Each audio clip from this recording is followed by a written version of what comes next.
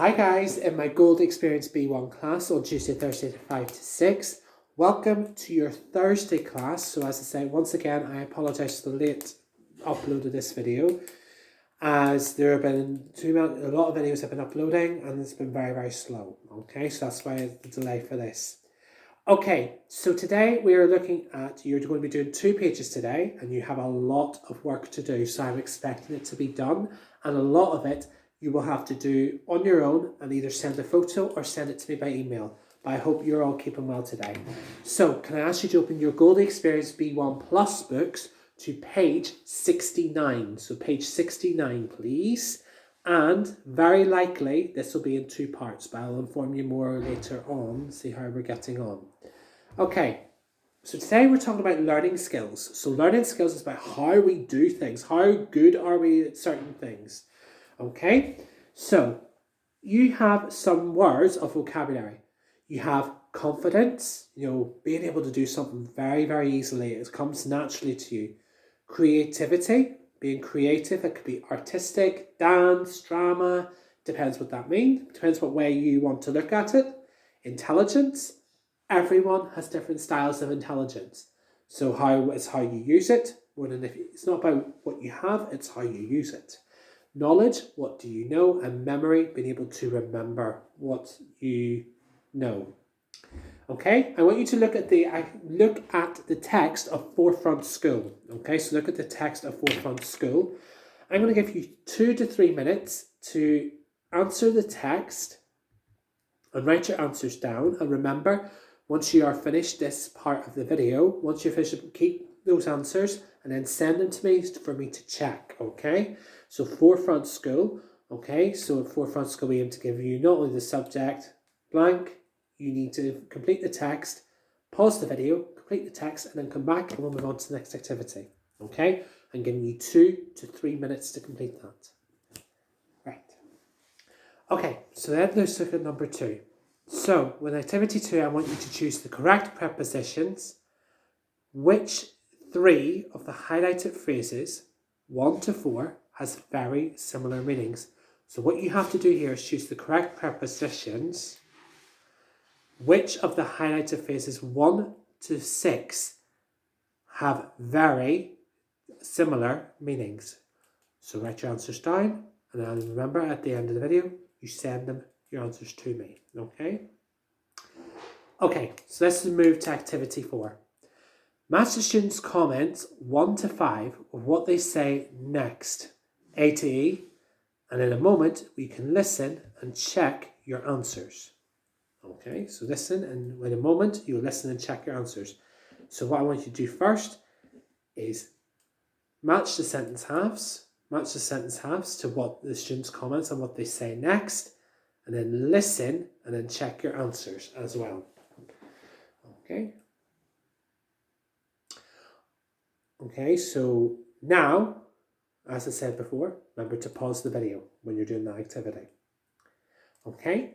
Now, we're going to listen to activity 4, and you can listen and check your answers, and I'll go through them with you in a moment, okay? So listen and check your answers. 1. I make notes after class to sum up what I've learnt. Then, before a test, I can look through them easily. 2. My teacher talks really fast, so it's hard to keep up when I'm taking notes. I need to work out a way to write faster. 3. I was ill last week, and I've started to fall behind with my schoolwork, so I'm going to study at the weekend to catch up. 4. I know the homework's difficult, but if you just get on with it, it will soon be finished. Don't give up. 5. I can pick up new English vocabulary quite well. However, I'm hopeless when I have to make up stories in English. Okay, so remember to rewind and you can listen again.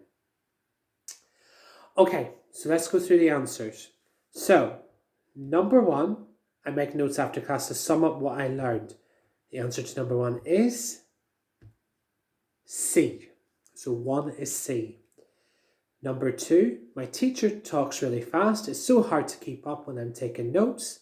The answer is E. Number 3, I was ill last week and I've started to fall behind on my schoolwork. The answer is B. Number 4, I know the homework's difficult, but if you just get on with it, it'll soon be finished. The answer is A. And number 5, I can pick up new English vocabulary quite well. Your answer for this is D. Okay, so looking at explore vocabulary. Okay, so looking at explore vocabulary. All right. So always remember with phrasal verbs, that's what the focus is on today. Phrasal verb is a verb that's tended to use in a phrase. It is a good idea to group phrasal verbs together according to topic, as this can make them easier to learn. For example, education. So for example, to sum up, get on with, look through and give up.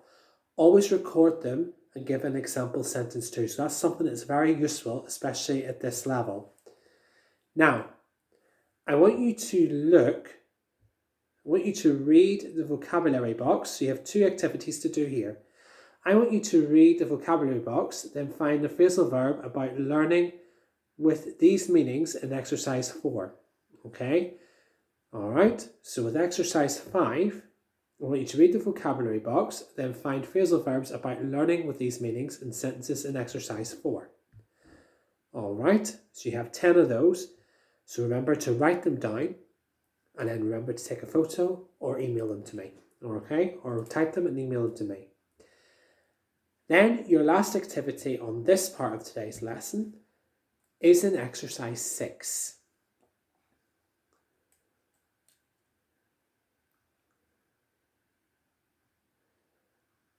I want you to read through the sentences and choose the correct adjective to complete the questions, okay? Choose the correct adjectives to complete the questions, all right? So you have 3 minutes.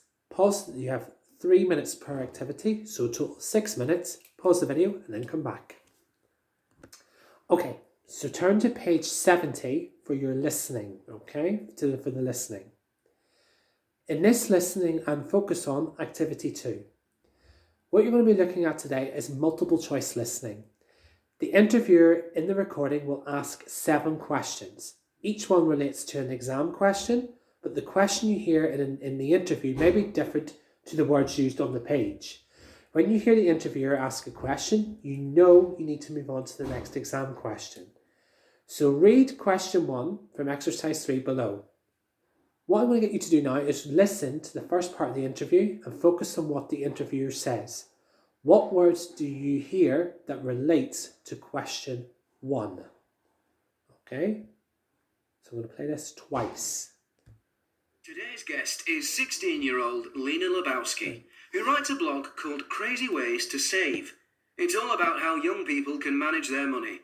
Lena, what gave you the idea for the blog? I got the idea after my sister went away to university. She spent far too much money. Okay, now listen again for a second time. Today's guest is 16-year-old Lena Lebowski, who writes a blog called Crazy Ways to Save. It's all about how young people can manage their money. Lena, what gave you the idea for the blog? I got the idea after my sister went away to university. She spent far too much money. Okay, so now you've listened to the first part of the interview and focus on what the interviewer says. What words do you hear that relates to question 1? Any ideas? Well, here's an example. What gave you the idea for? So in the recording, it relates to why did start in the question. So it's relating to the question. Now, looking at activity 3. So looking at activity 3 now.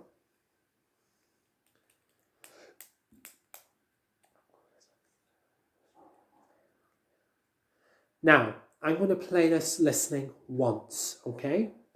You're going to listen to a radio interview with Lena, who writes a blog, and choose the best answer A, B, or C, okay? So listen carefully. and answer the questions. And at the end of this, you can rewind it and play it again. Today's guest is 16-year-old Lena Lebowski, who writes a blog called Crazy Ways to Save. It's all about how young people can manage their money. Lena, what gave you the idea for the blog? I got the idea after my sister went away to university. She spent far too much money at first, and then she had a really hard time financially. I found out that there were loads of people having the same problems as my sister, and this was hardly a surprise because schools weren't teaching their students anything about money management. I thought that was a shame. It's such an important skill. So I decided to fill the gap. How do you find the time to write it? Well, it isn't easy because I've got all my schoolwork to do as well. That ought to come first, but of course sometimes something for the blog is more urgent. I like to follow a strict schedule when I'm working on something. Every 30 minutes an alarm goes off on my phone and I stop for 5 minutes before starting again. If I don't do that, I don't use my time efficiently and I start falling behind. Do you blog about your own experiences?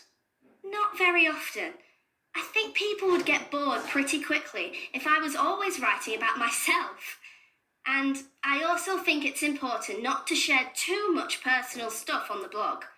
So, some of my life stays private. I usually write about people and issues in the news, but I do sometimes mention things from my own life when they make a particularly useful point or if I think they'll be entertaining. When I stopped using shampoo, for example. You stopped using shampoo? Why? Well, I'd read about other people who'd done it. In fact, they'd stopped buying other products considered essential by most of us too, like toothpaste and soap. I started washing my hair just with water instead of using shampoo, and I kept an online diary about it. But going without shampoo is one way of saving money that I wouldn't recommend. After a few weeks, my hair looked and smelled horrible. What ways to save money do you recommend? Well, people planning to save an amount of money each month often forget their good intentions and spend it anyway, even if they've put it in the bank.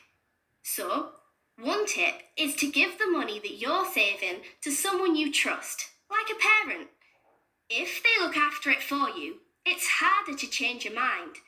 But make sure you write down how much you give them. And what's your favourite idea for cutting your spending? It's hard to pick just one favourite. Making your own birthday cards for friends and family is a great idea, but I think the most useful tip is to buy clothing second-hand on online auction sites. You can find fantastic bargains. And this one's good if you're addicted to coffee like I am.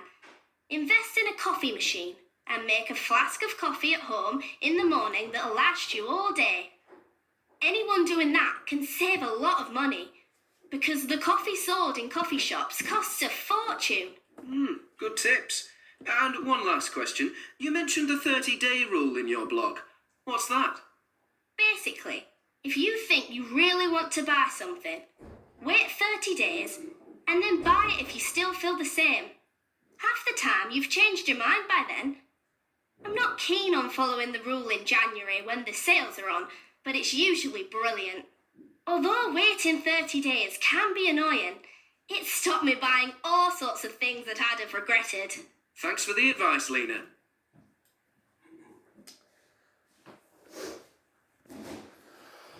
All right, everybody. All right, so that you have done the listening. All right, now after you do the listening, you can rewind it back and listen again. And remember to take a photo of your answers and or type them and send them to me. Right, for your homework, what I want you to do is I want you to complete activity 4. Okay, complete activity 4. Actually, so I want you to complete activity 4, which is what you have to do the following. I want you to discuss, not to discuss the meaning, I want you to write your opinion of the meaning of the words and phrases in bold. Hard time financially, efficiently, consider, recommend. What do you think they mean? What is your idea of the meaning of those words? So type them, take a photo and send them, or take a photo and send them to me. Okay, that's the end of today's lesson. On Tuesday, we're going to be going through writing, and on Thursday, we will be going through your Unit 5 exam. All right, have a good weekend. See you on Tuesday. I'll be uploading the next video on Tuesday. See you soon. Bye.